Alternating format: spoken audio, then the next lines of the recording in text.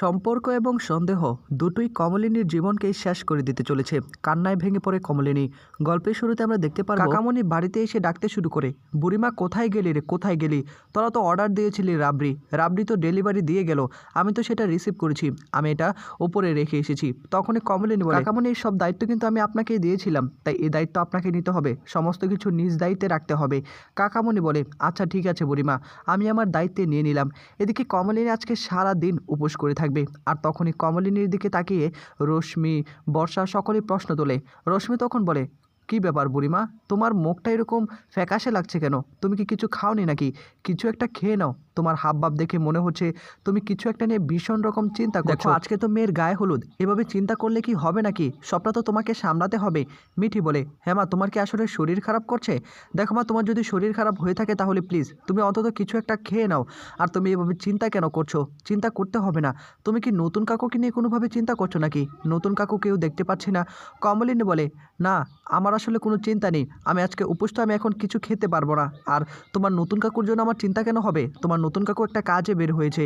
কুর্চি তখন বলে, বৌদি ভাই বলছিলাম কি, তুমি ডাবের পানি অথবা কিছু একটা খেয়ে নাও। রশ্মি তখন বলে, আচ্ছা কিছু না খেলে কি করে হবে বলো তো, কিছু একটা তো খেতে হবে। বড়ঠামি তখন বলে, বড় বৌমা নিজের জীবনটাকে বাঁচাতে হবে, পরের জন্য আর কতটা করবে? সকলের জন্য তো তুমি কতটা ভাবো, নিজের জন্য অন্তত ভাবো। কমলিনীর বাবা বলে ওঠে, আমার মেয়েটা বরাবরই এমন, যে মেয়েটা খিদে সহ্য করতে পারতো না, বিয়ের পর থেকে সে উপোস থাকতে শুরু করে দিয়েছে। মেয়েটার জীবনটাই কেমন যেন হয়ে যাচ্ছে দিনের পর দিন, কতটা কষ্ট করছে। কমলিনীর মা আবার বলে ওঠে, শুধু কি মেয়ের বিয়েতে উপোস করছে নাকি, এর আগেও তো এই পরিবারের জন্য কত উপোস করেছে আমার মেয়েটা। ঠাম্মি তখন বলে, শুরু হয়েছে, খুঁচিয়ে খুঁচিয়ে আমাকে কথা বলবেন না তো, এই কথাগুলো আপনি আমাকে বলছেন তাই তো? কমলিনীর মা বলে, এই যে আপনাকে উদ্দেশ্য করে আমি কোনো কথা বলেছি? আপনি শুধু শুধু টেনে কথাগুলো নিজের গায়ে নিচ্ছেন, নিজের গায়ে নিয়ে না ঝগড়া বাঁধিয়ে দিচ্ছেন। আপনার সঙ্গে আমি কোনো ঝগড়া করতে চাই না, এসব কিছু না বন্ধ করুন। এদিকে তখনই আবার বুবলাই বলে ওঠে, ওম নমস্কার নমস্কার, এইসব কিছু বন্ধ করো তোমরা। তোমরা দুই বিয়ান মিলে ঝগড়াগুলো করো না, দেখতে ভীষণ রকম ভালো লাগে। বাবিল বলে ওঠে, তোমাদেরকে টিভি সিরিয়ালে নিলে একদম জমে যেত, একদম ট্রেন্ডিংয়ে চলে যেতে তোমরা। এই ঝগড়াটা না আমারও দেখতে ভীষণ ভালো লাগে, জানো তো? এই কথাগুলো শোনার পর সকলেই ভীষণই হাসাহাসি শুরু করে দেয়। এদিকে মিঠি বলে, একদম ঠিক কথা বলেছিস, একদম ঠিক, তাদের দুজন বিয়ানকে না এরকম একটা সিরিয়ালে কাজ করতে দিতে হবে। কমলিনীর বাবা এসব কিছু দেখে হাসাহাসি করতে শুরু করে। আর ঠিক সেই মুহূর্তে আবার কমলিনীর মা বলে ওঠে, কী ব্যাপার, তুমি আবার হাসাহাসি করছো কেন? তুমি কি ওদের দলে চলে গেলে নাকি? আমাকে তারা এত কথা বলছে, তোমার শুনতে ভালোই লাগছে তাই না? আমি টিভি সিরিয়ালে যাব। তখন আবার কমলিনীর বাবা বলে, আরে আমি কোথায় হাসলাম, আমি তো ওদের কথায় হাসিনি, আমি অন্য কথা নিয়ে হেসেছি। এদিকে কমলিনী দেখি তাকিয়ে কুর্চি বলে, বলছিলাম কি আমি একবার কি ফোন করব, নতুন তাকে কোথায় আছে? কমলিনী বলে, না, কেন ফোন করতে যাবে? ও কোথায় আছে না আছে সেটা এত জানার কোনো দরকার নেই, ও যেহেতু বলেছে আসবে ঠিকই চলে আসবে, কাজ সেরে গেলেই চলে আসবে। মিঠি তখন বলে, আমি একটা ফোন করি নতুন কাকুকে না হয়, আর তুমি কিছু একটা খেয়ে নাও মা, তুমি এভাবে উপোস থেকো না, তোমার শরীর আরও খারাপ হয়ে যাবে, অনেক কাজ বাজ তো তোমাকে করতে হবে তাই না? এদিকে কমলিনী বলে, আমার খাবার নিয়ে তোমাকে চিন্তা করতে হবে না, তুমি কিছু একটা খেয়ে নাও, তোমাকেও তো সারা দিন কিছু খেতে দেওয়া হয়নি, তোমাকেও তো খেতে হবে, শরীরটাকে সুস্থ রাখতে হবে তাই না? আর তোমার নতুন কাকু নিয়ে তোমরা কেউ চিন্তা করো না, এই মানুষটা একটা কাজে বের হয়েছে, মানুষটার কাজ সেরে গেলেই বাড়িতে চলে আসবে। দিদি ভাই এবার অন্তত কাজটা করতে হবে তো, হলুদের সময়টা তো পেরিয়ে যাচ্ছে, মেয়েটাকে হলুদ দিতে হবে না? তখন আবার কুর্চি বলে, হ্যাঁ সেটাই তো আমি বলছি। আচ্ছা নতুনদা তো এখানে থাকার কথা, এরকম একটা সময়ে নতুনদা কোথায় চলে গেল? আচ্ছা বৌদি ভাই তুমি কি কিছু জানো নাকি কোথায় গিয়েছে? তখনই কমলিনী বলে, না কোথায় গিয়েছে আমি জানি না, তবে একটা কলিগ ফোন করেছিল, রাতের বেলায় বেরিয়ে গেল, কার নাকি কি একটা অসুস্থতা, পায়ে নাকি হুচট খেয়েছে, ব্যথা, সেজন্য চলে গিয়েছে। এদিকে বড় ঠাম্মি বলে, নতুন তো বরাবরই এরকম, নতুন তো বরাবরই মানুষের বিপদে পাশে দাঁড়িয়েছে, কোনো বিপদ হলেই নিজের জীবনটাকে বাজি রেখে দেয়। তখনই আবার আরেক ঠাম্মি বলে ওঠে, হ্যাঁ হ্যাঁ নতুন ঠিকই চলে আসবে, নতুনকে নিয়ে কোনো চিন্তা করো না। এদিকে তখনই আবার বর্ষা বলে ওঠে, আচ্ছা মামনি কোনোভাবেই কি ভোরের ওইখানে গেছে নাকি? না মানে আমি একটু বলছিলাম আর কি। আরেকটা কথা, আজকে তো ভোর আসার কথা ছিল, সে নাকি বাঙালি বিয়ে দেখেনি, সে নাকি বিয়ে দেখবে, সেজন্য তো ভোরকে ইনভাইট করাও হয়েছে, তা ভোর কি আসবে না? কমলিনী বলে, তুমি আবার হঠাৎ করে ভোরকে নিয়ে পড়ে রয়েছো কেন? ভোর ছাড়া কি অন্য কেউ নেই নাকি? তোমার পরিবারের লোকও তো আসেনি, আরও অনেক আত্মীয় স্বজন তো আসেনি, কই তাদের তো একবার খবর নিলে না, হঠাৎ করে ভোরের খবর নিলে যে? তখনই আবার বর্ষা বলে, না এমনিতে বললাম আর কি, ভোর মেয়েটি না খুব দেখতে শুনতে ভালো।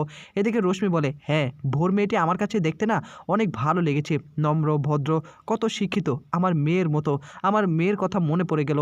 তা কাকামণি তখন বলে, ও তোমার মেয়ের সঙ্গে সকলের তুলনা হয়ে যায়, কি আমাদের মিঠিমা কি ভালো না নাকি? মিঠিমার সঙ্গে কি তুলনা করা যায় না? রশ্মি বলে, কাকামণি আমি তো ওইভাবে মিন করে কথা বলিনি, সব মায়েরই তো মেয়ের কথা মনে হয় তাই না? আমার মেয়েটা বাড়িতে নেই, বিদেশে পড়ালেখা করছে, কতটা মেধাবী আর ভোরের সঙ্গে মিলে যাচ্ছে। এদিকে কমলিনী বলে ওঠে, এতই যেহেতু তোমাদের খোঁজখবর নেওয়ার ইচ্ছে, তাহলে তোমরা ফোন করে খোঁজখবর নাও না, আমাকে কেন জিজ্ঞাসা করছো? কুর্চি বলে, আচ্ছা ঠিক আছে হয়েছে তো, এখন তো আমাদেরকে বের হতে হবে। তখনই আবার মিঠি বলে, তা ঠাম্মি তোমরা কি যাবে না নাকি? তোমরা না গেলে কি করে হবে, তোমাদেরকেও কিন্তু যেতে হবে।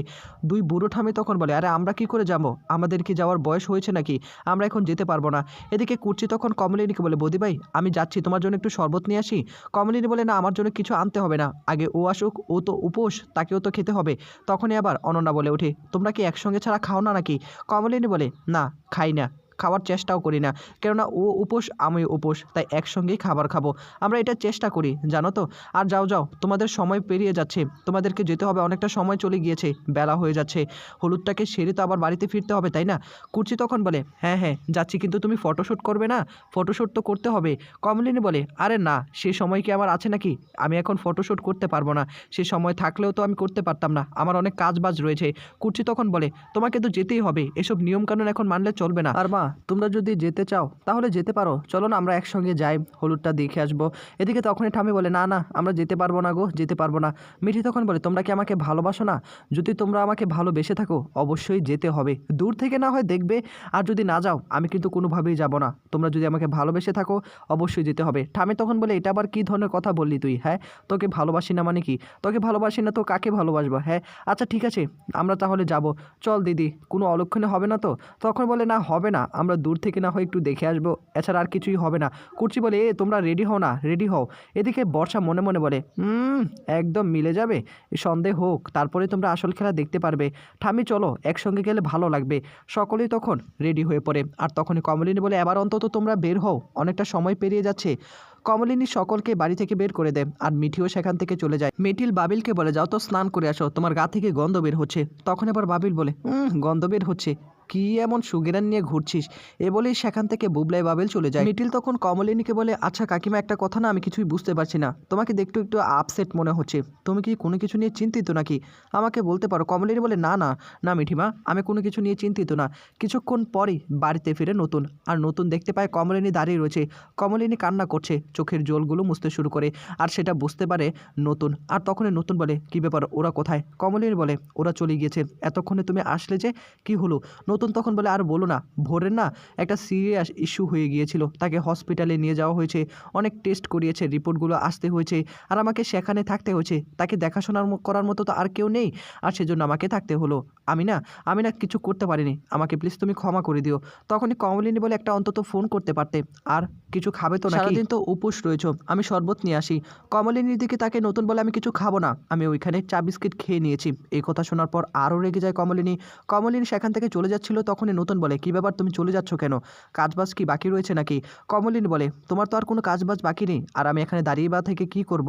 তোমার কাজ তুমি তো করিয়ে এসেছো তাই না? আমি তো উপোস রয়েছি, ভেবেছিলাম একসঙ্গে কিছু একটা খাবো, কিন্তু তুমি যেহেতু খেয়ে এসেছো আমাকে তো কিছু একটা খেতে হবে তাই না? এদিকে ভোর নামে মেয়েটি তখন কমলিনীর দিকে তাকে বলে, তুমি কি বৌদি কোনোভাবে আমার উপর রেগে রয়েছো? না মানে আমার জন্য এতটা সময় নষ্ট হলো, আজকে বাড়িতে বিয়ে বলে কথা। তখনই কমলিনী বলে, আচ্ছা তোমার এটা কেন মনে হয়, তুমি বারবার কেন এই কথাগুলো বলো? তোমার যদি এতটাই মনে হয় যে তুমি ভুল করেছো, কেন তুমি এত রাতে তোমার নতুন দাকে স্বতন্ত্র দাকে ডাকলে কেন? অন্য কোনো কলিগ ছিল না, তাকেই কেন তোমাকে ডাকতে হবে? সেই কথা তুমি যদি মনে করতে তাহলে এই কথাগুলো এখন বলতে না। তোমার সঙ্গে আমি কোনো কথা বলতে চাই না, জানো তো তুমি বাচ্চা একটা মেয়ে, সকলেই তা মনে করে, কিন্তু আমি তো তোমাকে সেটা মনে করিনি। তুমি যদি আগে থেকে নিজের মধ্যে বোধগুলো কাজ করতো না, তাহলে তুমি কোনোভাবেই তোমার স্বতন্ত্রতাকে এরকম একটা দিনে ডাকতে না।